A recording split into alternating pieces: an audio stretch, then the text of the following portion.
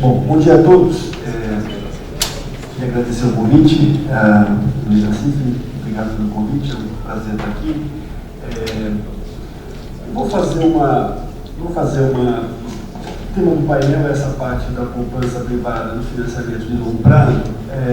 O que eu vou trazer aqui, no final, são basicamente algumas recomendações ou algumas sugestões que surgiram de um grupo de trabalho que a gente fez na Federação no início desse ano. Na verdade, esse é um tema antigo, né? O tema do financiamento privado no longo prazo, tema difícil. E eu queria dizer assim de início que eu acho que na origem deste problema nós temos o fato de que o Brasil, né, infelizmente, tem taxas de juros de curto prazo muito elevadas, né? Tem também uma inflação atualmente muito elevada, mas mesmo nos melhores momentos nós temos inflação que é elevada para padrões internacionais, o que faz com que as taxas de juros sejam muito altas, mesmo no curto prazo, o que torna muito difícil você pensar em alongamento do prazo do ponto de vista privado, né, de quem não tem funding longo ou quem tem responsabilidade de trabalhar, né, com um negócio de tecidos, né, passam a ser operações muito arriscadas. Operações muito arriscadas exigem taxas de juros muito altas e, portanto, acaba tornando difícil que você tenha esse tipo de operação, né? Então, assim, acho que do ponto de vista geral, uma pré-condição que seria muito importante seria termos, de fato, um nível de inflação bem mais baixo, de taxas de juros de curto prazo menores. Eu acho que isso não resolveria o problema. Somente isso não quer dizer que a gente não deva pensar em outras coisas, mas isso seria uma pré-condição muito importante, né? Mas, como eu estava dizendo, o que a gente acabou fazendo foi um grupo de trabalho, e o que eu trago aqui, na verdade, são um pouco algumas sugestões que apareceram, né, nesse grupo de trabalho.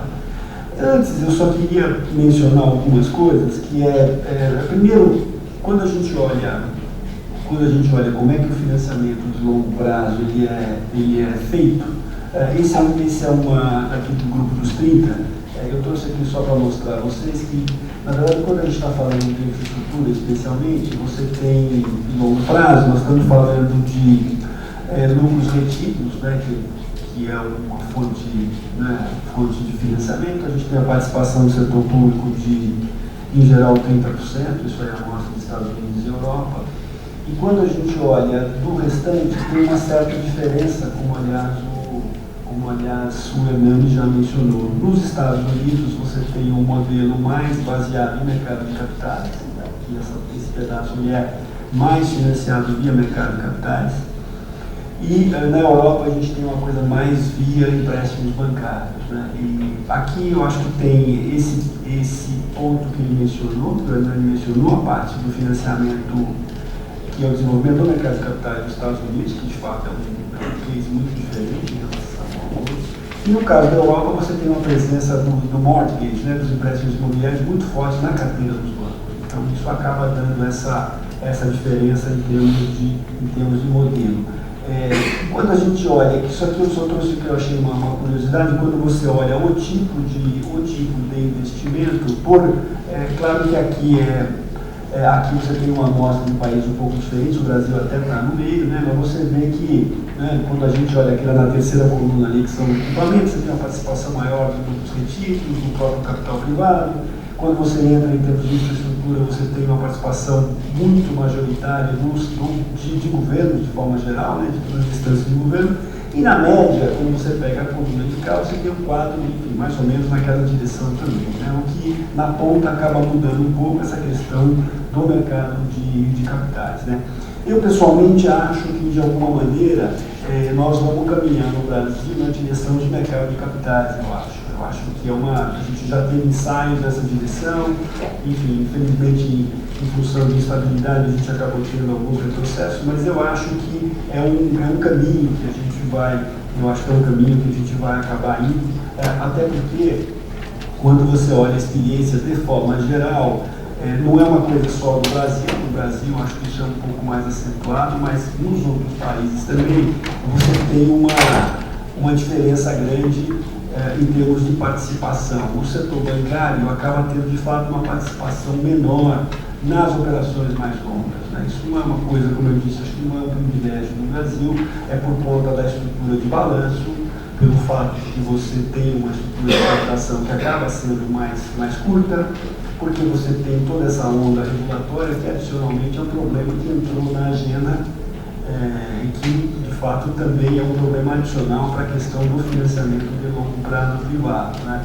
A partir da crise financeira de 2008 e 2009, isso que foi mencionado aqui pelo Hernani, da forte regulação que existe no Brasil, isso se estendeu. E hoje, quando vocês olham o que está acontecendo no mundo, o Basileia 3, os requerimentos de capital, eles são muito penalizadores das operações mais longas, né? Então, assim, esse não é um quadro que vai melhorar, é um quadro que vai até piorar, né? Se vocês olharem, hoje a discussão é até desenvolvimento do mercado de capitais, desenvolvimento dos chamados shadow banks e tal. Por quê? Porque a carga regulatória que tem do ponto de vista das instituições financeiras é tão forte que você torna muito complicado você fazer operações. Eu só vou citar aqui para vocês, primeiro, a parte de requerimentos de capital subiram brutalmente com as novas regras de Basileia. E segundo, na qualidade do capital também mudou substancialmente. Hoje tem que ter um capital de muito melhor qualidade do que você tinha antes. Adicionalmente, Basileia 3 colocou os indicadores de liquidez. Você já tem em vigor os indicadores de liquidez de curto prazo, portanto, os bancos têm que ter liquidez ou títulos que sejam líquidos para fazer face às suas saídas de caixa previstas em 30 dias, portanto, você tem que ter isso. E agora começa a se discutir a questão da liquidez de longo prazo também. Isso vai valer para as operações de um ano também. Então, vamos dizer, são restrições adicionais. Vocês devem estar vendo que Basileia está discutindo, o FSB está discutindo agora o requerimento adicional de capital para os grandes bancos, no caso de eles irem à falência, no caso dos bancos serem, digamos, se eles forem liquidados. Eles têm que ter capital o suficiente para que sejam pagos os seus credores e que não haja ruptura do ponto de vista do sistema. Estamos falando de alguma coisa como 16 a 18% de ativos ponderados pelo risco, que é uma que, digamos, é um requerimento que nosso banqueiro aqui sabe que é uma situação difícil você rentabilizar o capital com esse nível de requerimento de capital. Então, assim, acho que esse é um conjunto que indica que não vai ser simples, mesmo em condições macroeconômicas mais favoráveis, você trabalhar numa extensão muito significativa das operações, se você pensar do ponto de vista de capital privado. Daí o fato de que, de fato, quem sabe, o mercado de capitais seja uma alternativa mais viável do ponto de vista do Brasil. Isso só ilustra um pouco o que eu falei, que os números mostram como os empréstimos bancários têm prazos substancialmente menores do que o prazo das outras operações. E como, vamos dizer, e mesmo quando você fala dos mercados em desenvolvimento, dos países emergentes, essa situação que as barras em azul mostram como esse quadro ainda é mais significativo. Ou seja, estou dizendo aqui, os empréstimos bancários são de prazo menor, normalmente, e no caso dos países emergentes, ainda mais baixo, o que torna, digamos, complicada essa discussão de você ampliar os financiamentos. No caso do Brasil, eu peguei esses dados, são dados da CVM, só para mostrar o seguinte: infelizmente, quando a gente olha o tamanho do mercado de capitais, ele de fato é muito pequeno. Quando a gente soma tudo isso, digamos, é um nível muito pequeno do ponto de vista do desenvolvimento ou da necessidade adicional de capital. Eu vou passar isso aqui, porque isso aqui são só oportunidades de investimento. O Hernani já mostrou esses dados, né? Eu só ilustrando que quando a gente pensa nos projetos de desenvolvimento, nós estamos falando de mais ou menos metade do BNDES e o restante são os bancos, né? Eu trago aqui porque em muitos desses casos o funding é do BNDES, mas o risco é da instituição bancária privada, portanto o BNDES repassa o funding, mas o risco está na instituição. Portanto, você, ao receber o recurso do BNDES, você faz o repasse tem um spread de risco e você assume, portanto, o risco. Está no seu balanço, você tem que alocar capital, enfim, fazer todos os procedimentos. Então, para todos os efeitos, nós estamos falando de um risco privado nessas operações. Né? Muito bem. Queria falar para vocês que, em que pese a dificuldade, há um desenvolvimento, há uma minoria neste quadro recente do ponto de vista de ter instrumentos mais longos de captação. Né? Nós tivemos ao longo dos últimos anos a autorização para a emissão de letras financeiras por parte das instituições, inclusive parte delas funcionando como capital. Nós tivemos também, no período recente, especialmente alguns bancos públicos emitiram aqueles instrumentos híbridos de capital em dívida, né, que são instrumentos que você emite como característica de letra financeira, mas que você pode usar isso como capital. Então, isso houve uma emissão importante por parte desses bancos. Né? E nós tivemos também um instrumento recente, que são as LCIs, né, as letras de crédito imobiliário, e as LCAs, que são letras de crédito agrícola, que são emissões de títulos destinados a setores específicos, o setor imobiliário e o setor agrícola, que em função das suas peculiaridades, né, o setor imobiliário, por conta de depender muito do fundo da poupança, a lei LCI é uma alternativa adicional, né, de você captar, e a LCA por conta das dificuldades de financiamento do setor agrícola. Né? São papéis que contam com isenção tributária, portanto tem uma vantagem competitiva importante do ponto de vista das instituições. Né? Quando a gente olha isso, não sei se vocês vão conseguir enxergar, mas o que eu queria chamar a atenção é que, se você olhar 2008 para cá, eu queria chamar a atenção ao fato de que as LCAs e as LCIs, que eram 1% da captação, subiram para esses 7%. E aquela linha clarinha, que é de baixo para cima, a penúltima, instrumentos híbridos de capital e dívida, letras financeiras subordinadas e as letras financeiras normais. Né? A subordinada é que ela entra como capital, portanto, como ela entra como capital, quem compra esse papel assume um risco adicional, porque ele vai, se a instituição financeira quebrar, ele vai ter que esse papel vai usar para pagar os credores, portanto, vai funcionar como capital. Né? Então, ele é um credor, mas ele eventualmente pode virar um acionista do banco numa situação difícil. O papel paga mais, ele recebe um prêmio por isso, mas ele é um papel mais arriscado porque ele integra o capital da instituição. Notem que as letras das LCI e das LCA subiram de 1 para 7 e os instrumentos híbridos que eram 5, nós estamos falando de 14%. Portanto, você teve de alguma maneira alguma movimentação nesta direção e é por conta disso, né, e a partir daí a gente fez as sugestões, que é o que eu vou mencionar aqui, para vocês, quais são as sugestões que a gente fez do ponto de vista de como é que isso pode ser.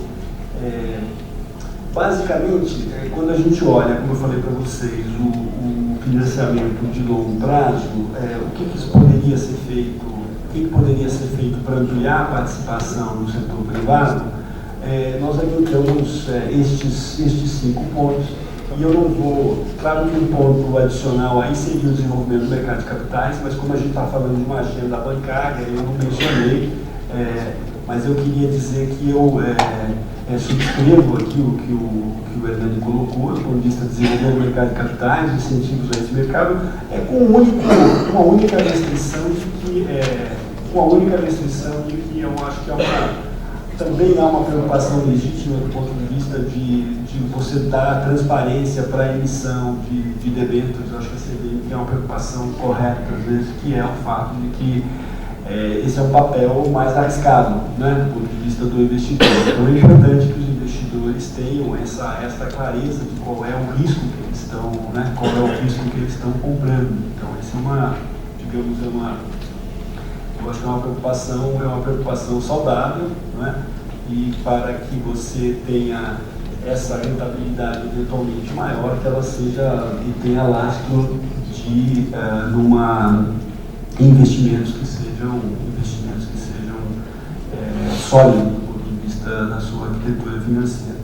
O que nós imaginamos foi, o que que nós imaginamos do ponto de vista de sugestões. A primeira delas foi a exemplo do que tem no instrumento de LCI, de LCA. Nós imaginamos uma sugestão que é uma letra de investimento, na verdade. Sugestão de criação de um papel que fosse lastreado em investimento, né, e que pudesse, portanto, funcionar como um alongamento do funding das instituições financeiras. Né.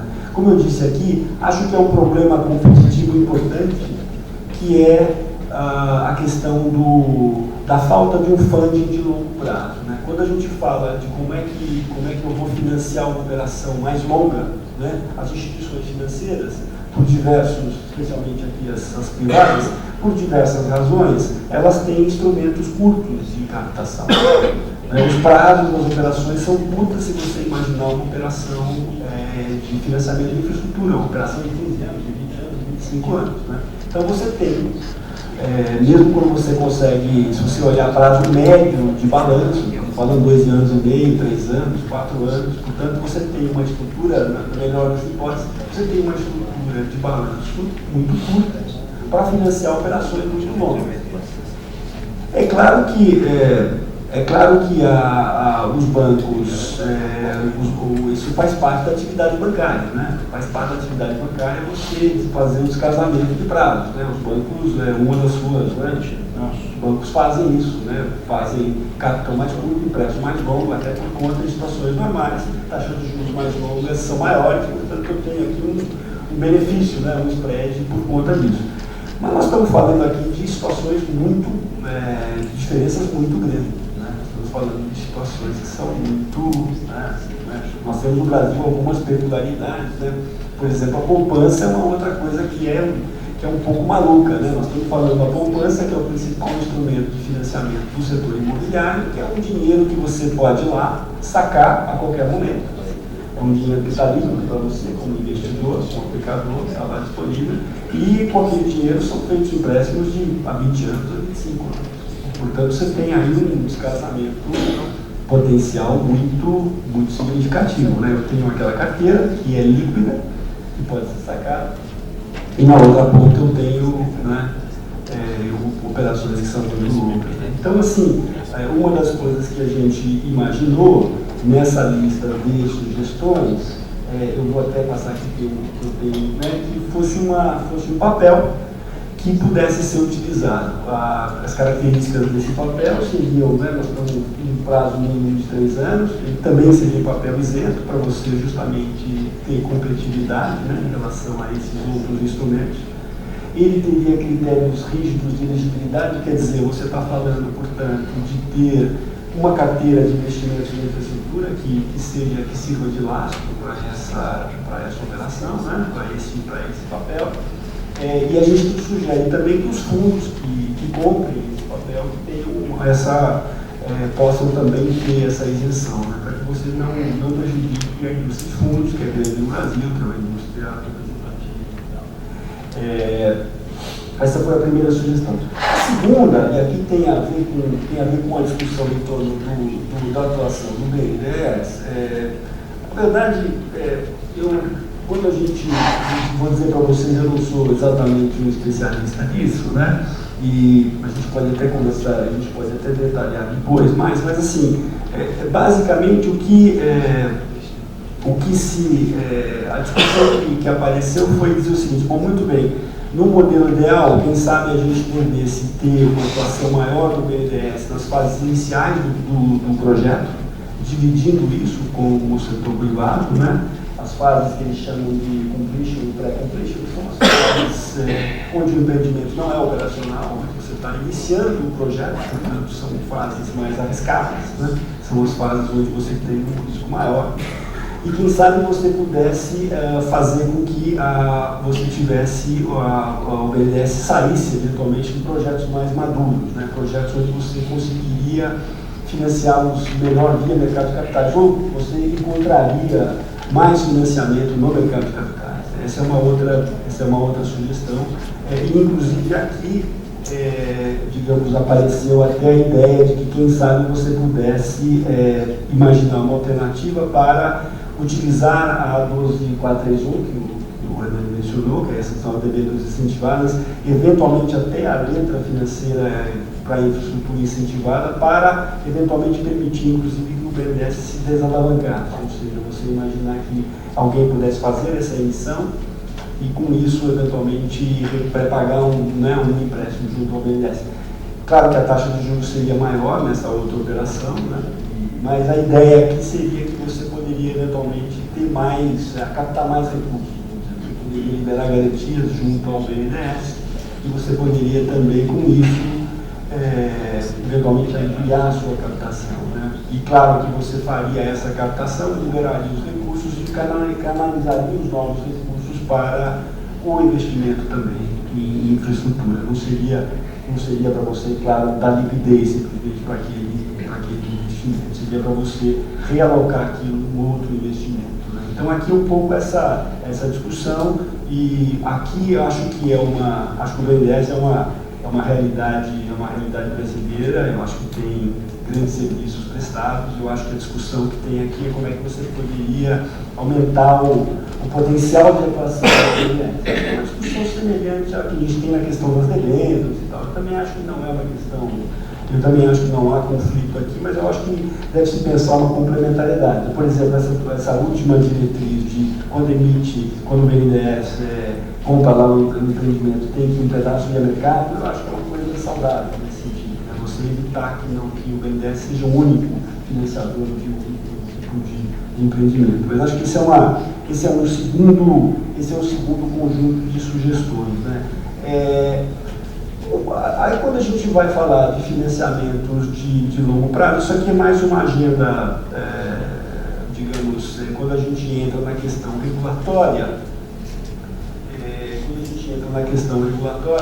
eu aqui estou trazendo uma agenda muito mais prática, quer dizer, muito mais micro aqui, que você pode dizer, muito mais prática, né? Vocês sabem que há uma discussão com relação à questão regulatória do investimento de longo prazo, que é o fato de que eu vou entrar no empreendimento de longo prazo, vou alocar o meu dinheiro por 15 anos, 20 anos, e eu quero saber se as regras do jogo vão mudar ou não vão mudar nos próximos 15 ou 20 anos. Então essa é uma discussão que é relevante do ponto de vista de quem vai alocar o seu dinheiro, né? E às vezes há pontos que são muito polêmicos, né? Porque a questão é, por exemplo, o preço do pedágio, o critério de reajuste de tarifas, tem várias questões que são muito polêmicas, mas que, e eu não entro nem aqui no mérito dessa questão. Eu estou dizendo, por exemplo, eu não estou entrando no mérito de uma tarifa ser alta ou ser baixa, mas eu estou dizendo, a questão é que alguém faz uma conta e faz uma alocação de capital de um investimento em função de uma conta que ele fez com base em algumas regras, né? Se essas regras eventualmente mudam, aquela conta muda. Portanto, se eu tenho um risco ex ante, um risco percebido a priori de que aquilo pode mudar, é claro que eu vou acabar de alguma maneira pedindo um extra, e que isso faz com que o projeto às vezes fique inviável, porque se eu vou alocar um risco grande para aquela mudança regulatória, isso pode implicar, né? Aqui a gente só mencionou o fato de que a questão de licenciamento ambiental, né? E vejam aqui, mais uma vez, eu não estou entrando nessa agenda, que é uma agenda muito difícil de meio ambiente, não estou entrando em nada disso, que eu acho e acho que todos, né, com as últimas informações de clima, somos todos favoráveis a isso, né? Mas aqui só dizer que nós temos uma questão de como agilizar a questão de licenciamento, que é um problema sério, e depois nós temos a questão de como é que você imputa o custo quando isso acontece, esse atraso no licenciamento, né? Aqui a sugestão é que isso não seja imputado a quem está no empreendimento, claro que desde que ele não tenha responsabilidade naquele atraso, né? Vamos imaginar que ele fez o que se esperava dele, encaminhou, mas por conta de problemas de saber se é do Estado, do município, da União, se aquilo atrasou, se o técnico fez o relatório, se foi contestado ou não, se o Ministério Público contestou, o empreendimento atrasou, e não teria a responsabilização que ele eventualmente tem hoje por conta deste atraso na implementação, né? Esse é um outro exemplo. A questão do poluidor indireto é uma agenda muito específica aqui do Vigilante, que eu só vou mencionar para vocês, mas é que a forma como está escrita a lei ela faz com que você tenha possivelmente uma responsabilidade, mesmo que você não tenha nexo causal entre o que você financiou e o que aconteceu. Então, assim, digamos, aqui no fundo os bancos têm hoje uma obrigação de diligência com relação a risco ambiental. Portanto, são obrigados eles têm que, ao conceder um empréstimo, eles têm que perseguir todo um protocolo de coisas que eles têm que olhar num empréstimo dessa natureza.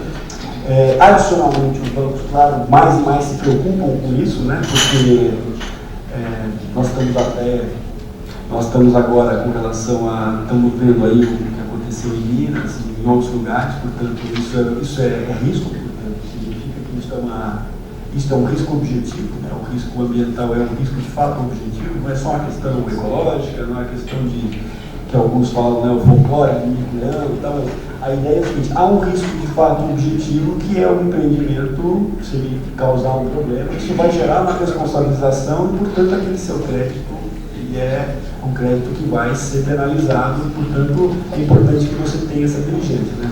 Mas o que acontece aqui é que, da forma como está dirigida, eu posso fazer tudo isso e ser responsabilizado por uma coisa que, eventualmente, eu não tinha como prever, como está a lei, como se eu fiz todo o meu, né,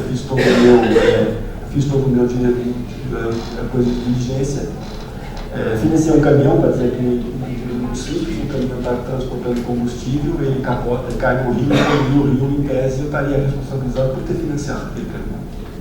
Então, essa é um pouco uma agenda que a gente está discutindo e nos parece que deveria haver uma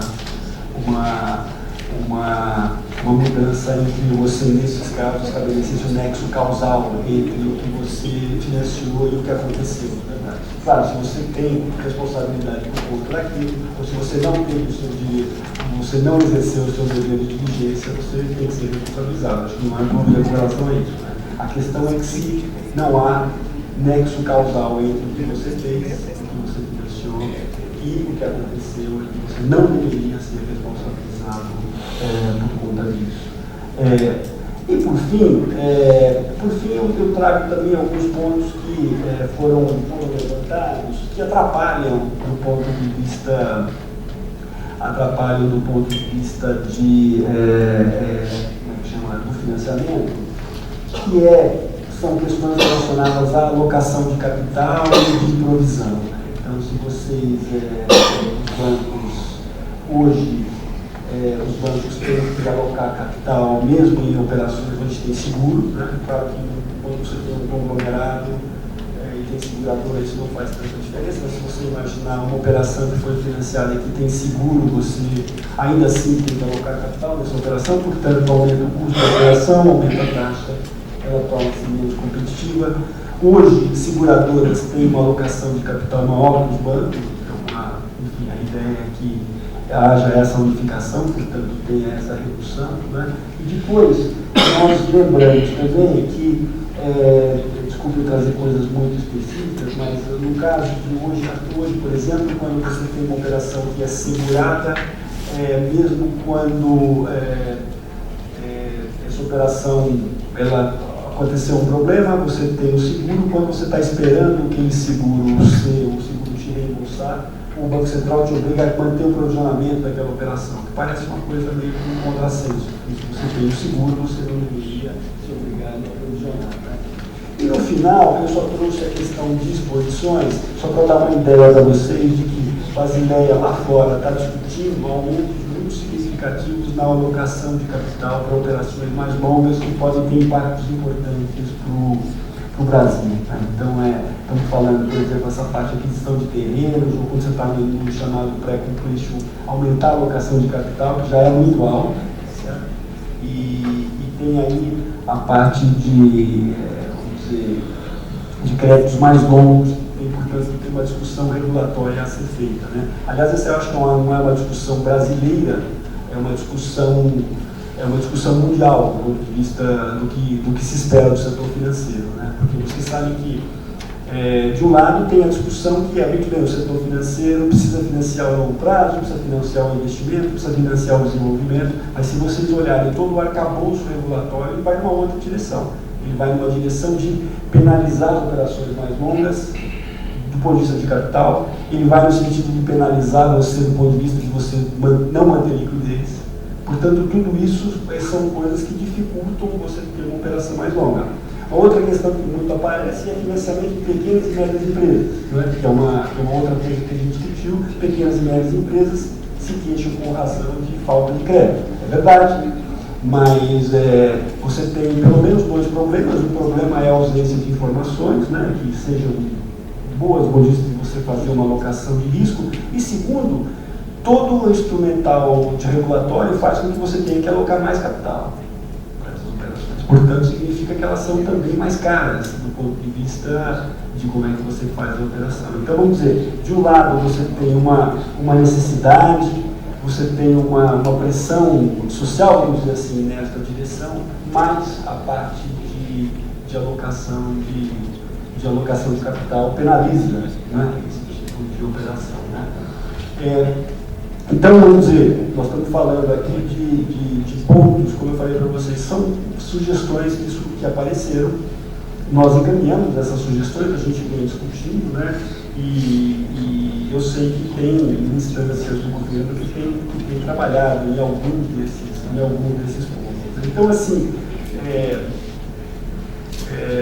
queria, enfim, mais uma vez agradecer, dizendo, é uma agenda muito específica, né? Mas, como eu disse a vocês, quando a gente olha do ponto de vista geral, e eu disse a vocês, esse assunto eu venho discutindo há um bom tempo, quando a gente fala de financiamento privado de longo prazo, dificilmente vocês conseguem escapar de equilíbrio macroeconômico, inflação baixa e taxas de juros de curto prazo muito baixas, assim, como uma pré-condição